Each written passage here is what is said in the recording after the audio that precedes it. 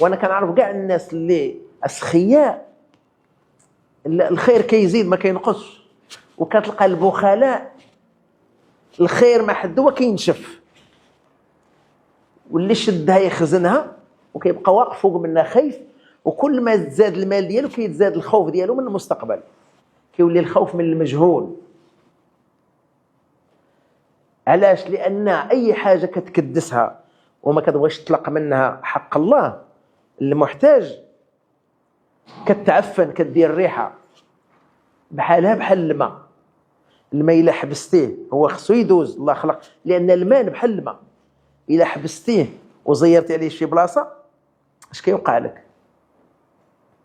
كيعطي الريحه وكيتعفن وكيولي ضرر ليك، مرض ليك انت، كيدير الجراثيم والمصائب. ولا كان الماء دايز طلقتيه كتسمع له صوت خرير والناس كيشربوا حتى هما. فالمال كالماء إن تحبسه يغرقك وإن تتركه تسمع له صرصاري، كذلك البخل مغرق لصاحبه والجود يوقيك ما لا تدري من الأضرار. إذن أنت إلا بغيتي تنجا كتعيش الآن، وغدا هو اللي كيفتح مول الملك، لا تدري نفس ماذا تكسب غدا.